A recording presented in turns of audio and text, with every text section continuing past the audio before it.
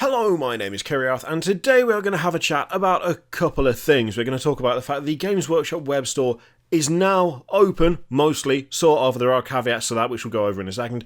And also we're going to talk a little bit about the Catachan kernel, because I'm pretty sure that that model is cursed, and I'm now it's a real mess. We'll have a little chat about it, because I think it's one of those things that needs just a little conversation about. But before we get to that, the web store is now open mostly. Now there are a few places that are out of luck. This is the list of territories that you can place an order from. So as you can see, UK, Finland, Ireland, Netherlands, Norway, Denmark, France, Spain, Japan, Poland, Sweden, Germany, Austria, Belgium, rest of world and rest of Europe. So the countries named and everything else. Weird way to do it, but it's fine. I think it's just by how it's marked out actually on the web store in terms of like when you select your location, which is probably why they've done it that way.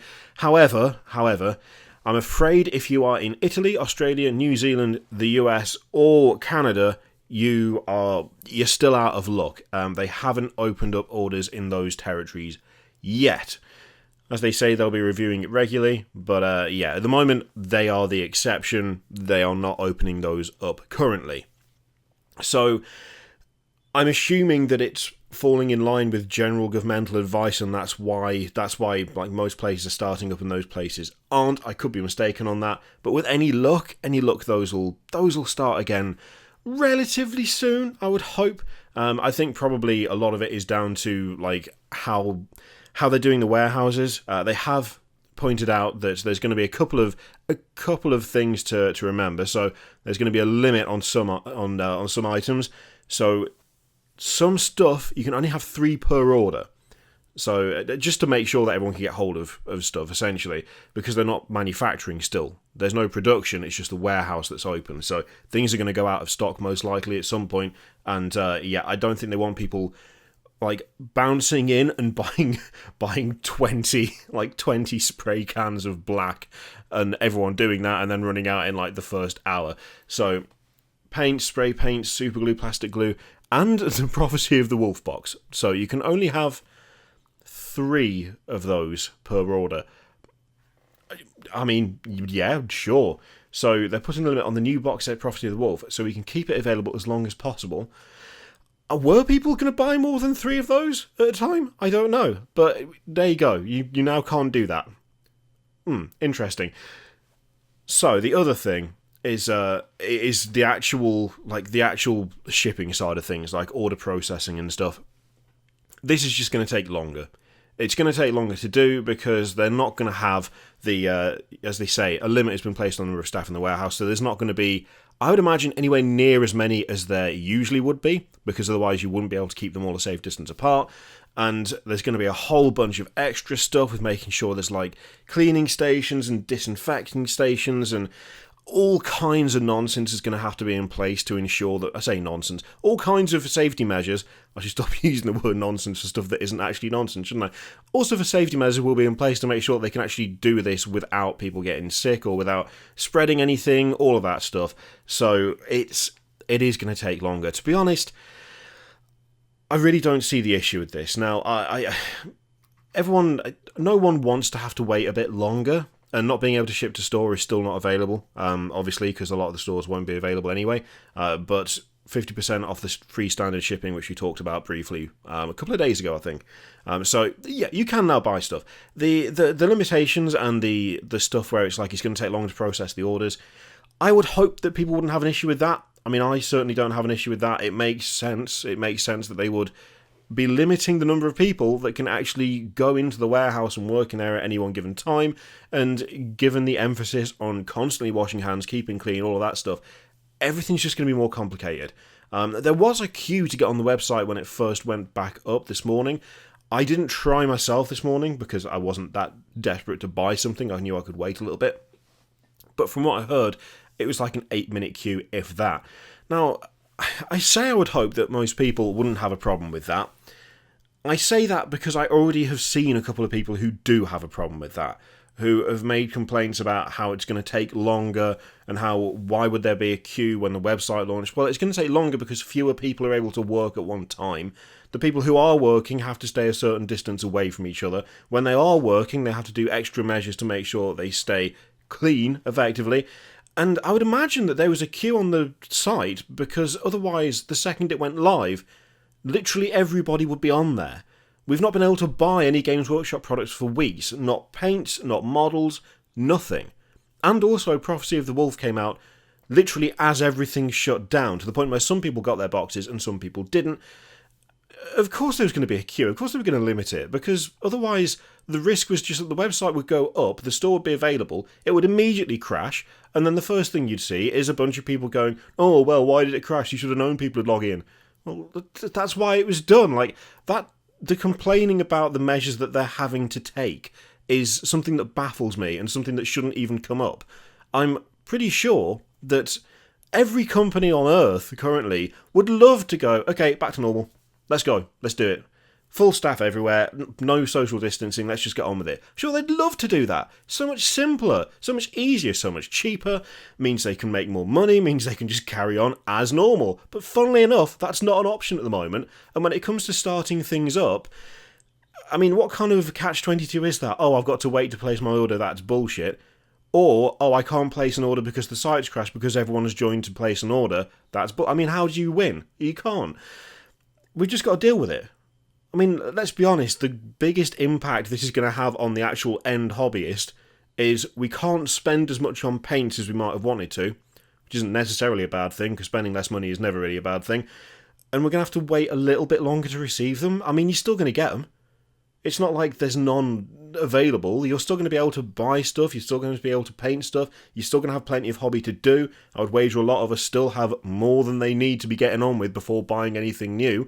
Not that that's going to stop us anyway, but still, complaints about how they're going about this, I don't think there's any point, because they are doing what they can to make sure that we still have supplies. And yeah, I mean, we've just got to deal with it until it finishes. I mean, we've got a way easier job than they have, because all we need to do is buy the thing and maybe wait a day or two more, whereas they have to work out an entire new system of working, whereby everything to do with social distancing and keeping clean and keeping tabs on stuff, they've got to do all of that as well.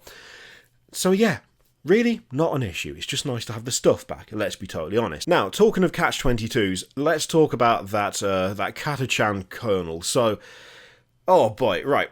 Games Workshop had that model, really good looking model. I stuck a picture of it so you can see it in case you've missed it. And what they said was they were giving it to independent stockists, independent retailers for free. So like a freebie, a free gift. Here's your model. There's no recommended retail price or anything. You do what you like with it. Now, what I've been told is that there are about 10,000 of them. When you break that down to all the independent stockists that buy from Games Workshop and sell on behalf of Games Workshop, all of that stuff, that leaves not very many per shop, which is accurate, because some places are getting as many as 4, just 4, not 14 or 40 or 400, just 4, and others are getting 1. Now, that model was obviously not intended for that to begin with. I've been told, I haven't been able to verify this, but I've been told that it was supposed to be I think there's either an event exclusive or a store opening exclusive. I think store opening exclusive is the one I heard twice, like 2 separate people told me that. So it obviously wasn't meant for what it's being used for. It's not like at the start of this Games Workshop went, let's rush through that Catachan kernel, produce them in secret and send them out to our independent stockists as a means to show them extra support. Meant for something else, repurposed in what I think is actually a generous move. I think that's actually quite a nice thing to do. I maintain that is a nice gesture to make. The issue, I think, well, I say the issue, I think there's quite a few issues. So far, I've seen people have a go at Games Workshop for only giving away like 4 per shop, 4 or less per shop, which they can only give that many away because there's only like a certain number of them in existence. They can't make more. They don't have any production currently. The production is still shut down. You can buy from them, but they're not making anything. I've seen people have a go at stores for like do like buy it now on eBay for elevated prices, which admittedly is something that I did. I had my knee-jerk reaction moment. I very rarely have a knee-jerk reaction moment, but I had a knee-jerk reaction moment where I saw someone like had taken a screenshot of eBay, and it was like the first listing, and it was 150 quid, buy it now, and my immediate thought was, scalpers. It's always scalpers, no matter what the situation, it's always scalpers. Now, I've since gone back on that, and I have to admit, I'm not particularly happy with that knee-jerk reaction, because this is not a situation that is... This isn't a situation we've had before. It's not really the same as scalping, I've kind of decided and come to realise. I will explain that in a minute, don't worry. But scalping is a massive issue in this hobby. Anytime there's anything limited edition or special edition, you can guarantee that it will show up on eBay like an hour later for an insanely inflated price. I mean, the Sisters of Battle box down there, that's a good example of that. So, I mean, I think the highest price I saw one of those get up to was 600 quid. 600 quid! That is absolutely absurd. It's unacceptable. It is not good. And I had that immediate thing of, it's like the kind of, is nothing sacred moment. I think that's actually far too simplistic a view for this particular incident, so we'll talk about that in a sec. There was also, I've seen people have a go at Games Workshop for not giving away enough of them.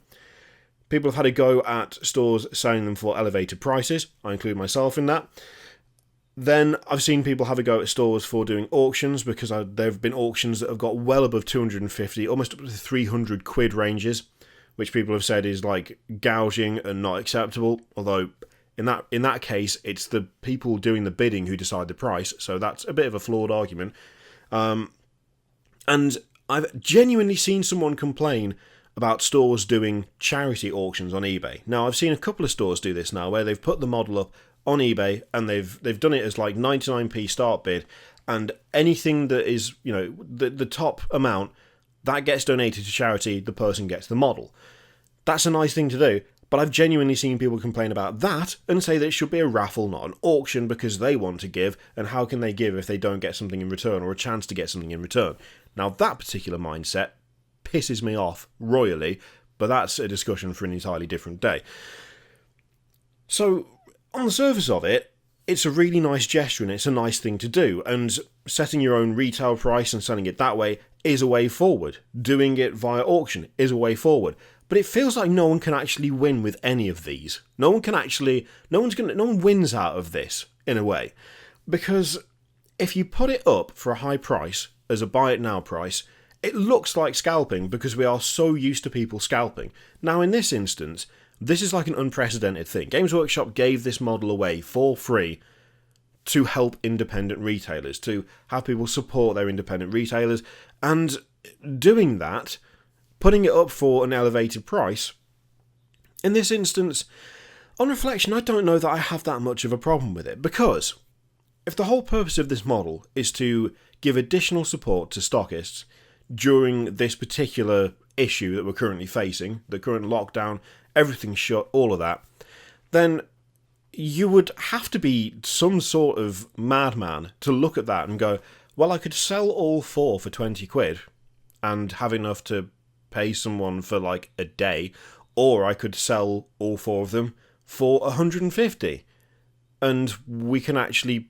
give people what we want to give them. We can actually pay them properly, even if it's only for a couple of days. It's still way better than nothing. That is an approach that makes the most sense, or at least I would say now makes the second most sense. The most sense is to put it up for just an auction, because doing that has resulted in them going for a lot more than, say, the 150 price tag, which I saw, which I thought was a bit scalpy, but now I really don't think that at all. Then there is the really nice way of doing it, which is doing it for charity. Now, the thing is, that is another one of those things where this is what I mean when I say that I don't think anyone's winning out of this necessarily. I genuinely have seen multiple cases of auctions going up on eBay for these things, and because a couple of places have done it for charity, the stores auctioning them up just as actual models, just for profit, are getting attacked for not doing it for charity. That's frustrating as well, doing it for charity is great. And if you can afford to do it for charity, if you want to do it for charity, if you have that capability, then by all means, it's an amazing thing to do. Taking something like this like taking this model and using it for something good, especially in a time where there's so much uncertainty, financial and otherwise, is an amazing thing to do.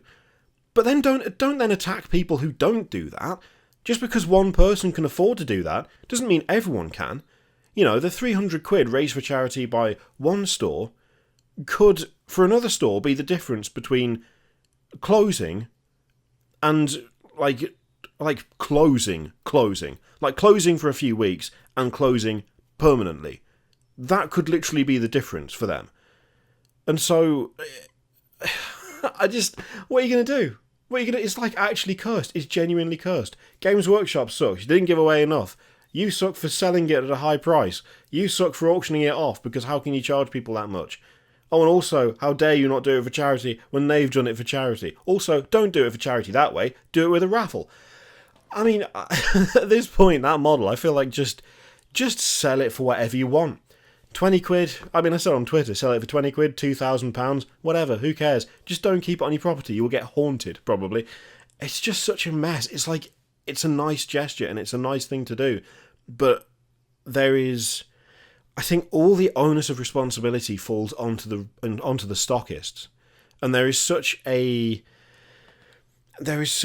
anti-scalper feel that charging more for this model than you would ordinarily do just feels wrong, even though this is not a situation where that really applies, I don't think. This is not the same as a model that Games Workshop sell for, 20 quid at an event going for 200 quid on eBay. There is no set price for this model. There is no recommended retail for this. Games Workshop don't have a margin that need to be filled for this thing, and neither do the stockists.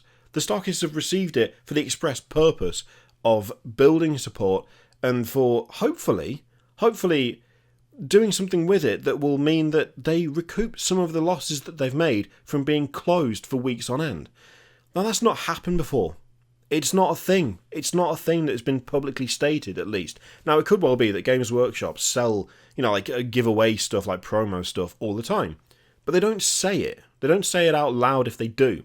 This is the first time that they've gone, okay, here's a model, we've given it to them for free to do with as they please. That immediately turns into laser focus on the stockists and a kind of an expectation as to what should happen when this hasn't happened before.